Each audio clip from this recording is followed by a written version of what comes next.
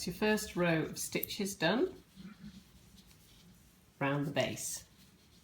Now we're going to work round the top stitches. Best place to start for this is the back of the shoe. And again, this time we're working directly underneath. Pulled a bit of yarn there. Directly underneath and through these top stitches. So you need to get straight through there, wind your yarn round your needle, pull it through, leave yourself a decent tail to sew in the ends. Oh, what we're doing, not going over the top, are we? And again, so you work right round, so pushing through the second stitches and through. And just work all the way round the top of the shoe. All the way around. Again, don't pull too tight, but equally don't make it too loose. So, all the way around the boot like this. Oops, just pulled a bit. So, through, grab the yarn, pull it through. Okay, it's tricky when you get to where these are, but you know, just ignore those and go, you know, take it out if you have to, but put it back where it was, because you'll need the markers later. Just keep going all the way around till you get back, and I'll see you round there. I've now worked round the whole of the top of the boot. I took these out and put them straight back in the same place. You mustn't lose those markers. All the way around, all the way around, all the way around until we've got to the very end. Now I'm just going to show you the best way. It's difficult to see because it's black wool, I know, but the best way to finish off neatly is to cut your yarn with a decent tail.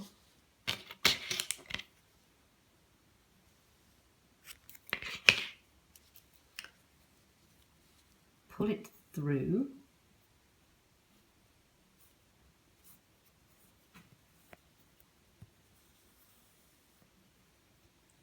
now if you thread a needle,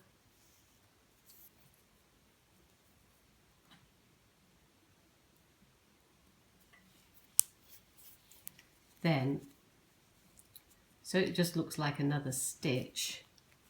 This was your, it's quite loose because it's, what you need to do now is, that's your last loop. So now we do an invisible loop around this one. So sticking your needle just up the bottom of it and through like that. And then sticking it down the middle here. Sorry, it's got a bit out of focus. And through the boot. Sorry.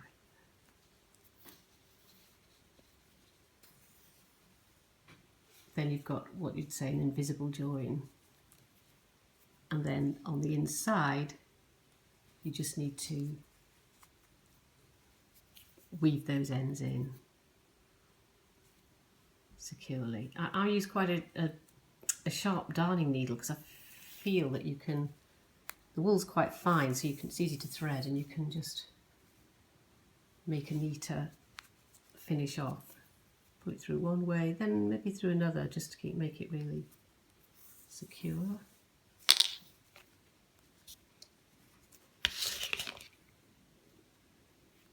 Cut off your ends. I'll do the same with the one inside, and that stitching has helped, it's like a little boat I suppose, but it's helped to make the shoe quite neat. Right. Okay, so we're now on to this part, the toe infill, which is done in the same colour, as the bottom of the shoe. The pattern section for that is 15, 16 and 17. And it's quite clearly laid out, but I'll just show you a couple of stitches that you have to do in that. Right, what it asks you to do is to work over 18 stitches round the front of the boot to do the actual infill, but it wants you to work in the back stitch, not in both the loops. So we're just going to work in the back stitch. That's just for the first row, and it's asking you to work over 18 stitches. So this is your first stitch and the 18th is the last one there. Right, so take out, okay, now then I tend to leave a long tail for weaving in afterwards. Pull through a loop, attach it just through the back there, attach it by doing a single chain. Now it's wanting you to do, the first stitch is a single decrease, and it tells you in the pattern how many it wants you to do of those. Now single crochet decrease is where you go into the first stitch and pull up a loop, into the second stitch, pull up a loop, then you've got 3 loops on your hook, wrap round and pull through all 3. So in effect you've turned 2 stitches into 1. I'll show you that again. Go into the back of the first stitch and pull through a loop, go into the back of the second stitch, pull through a loop, wrap around and pull through. Now the pattern tells you exactly how many of those to do. I'll come back again when we're on to the second stitch that it asks you. When you've done all your single crochet decreases, it's now asking you to do half double crochet decreases over the next few stitches. Again, the pattern tells you how many. So to do a half double decrease, there's a lot of wrapping round of yarn. You start off by wrapping the yarn around the hook, putting it into the back of the stitch. These are quite tight because of the black stitching around it. Pull through a loop, wrap again around, go through the back of the second stitch, pull it through. You've now got 5. 1, 2, 3, 4, 5 loops on your hook. Wrap that yarn round again, and now the tricky bit is having to pull through all 5 loops that are on your hook, and that's decreased in a half double. I'll show you again. Wrap the wool around, pull through, wrap the wool around, pull through your next one,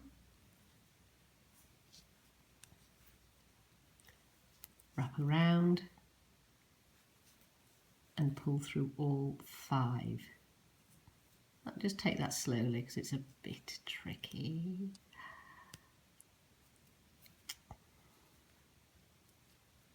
Made a complete mess of that. Let's try again. Wrap the wool around. Wrap the wool around. Wrap the wool around again. Pull through all 5.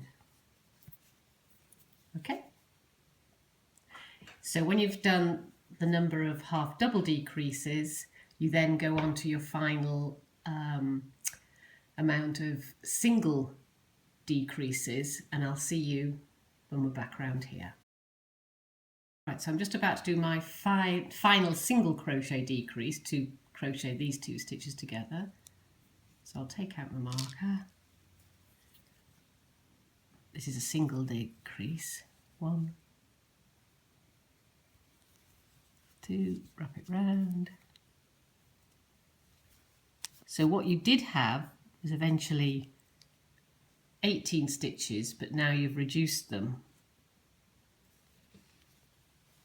to 1, 2, 3, 4, 5, 6, 7, 8, 9. And you're starting to form that toe. Also, because you were working in the back of the stitch only, you get this nice little ridge going above the black stitching. But from now on, you're going to be working in both, in the whole of the stitch, not just the back. So once you've done that last single crochet decrease, do a chain, and that's just a turn. Now, just so you know, the first stitch that you'll work in now will be this first one here after you've done the chain stitch. And I think it's asking for round 2, 1 single crochet into the first stitch. That's in section 16. It's asking for 1 single crochet into the first stitch. So you start 1 single crochet into the first stitch. Section 16 then tells you exactly what to do in the rest of the 8 stitches around. Again, working into both loops, the whole V, not just the back or the front. Okay, we've come to the end of round 2, and the last stitch it's asking for at the end of round 2 is 1 single crochet. So that goes right in there and turn, and pull through. Do your chain, then you can turn, and again, that is going to be the first stitch you work in on round 3, and it's asking for 1 half double decrease. So starting with that, straight in there. Oh no, hang on, half double decrease, my mistake. You wrap the wool around, put it into that first stitch, pull through a loop, wrap round, go straight into the second stitch, pull through a loop, 5 on your hook, wrap the wool around and pull through all 5 loops. Okay, so again, follow round 3 in section 17 all the way to the end, and I'll see you around there.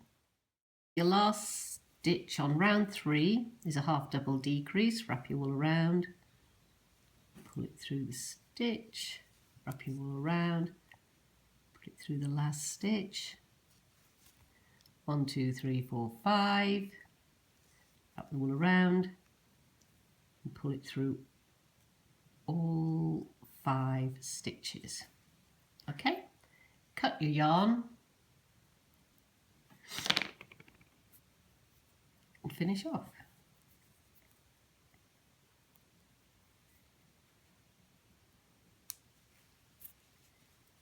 Finish off quite neatly. Right, so what you've ended up with then is 1, 2, 3, 4, 5, that's your knot, 5 stitches, and that's the toe infill. So just sew in your ends neatly and securely.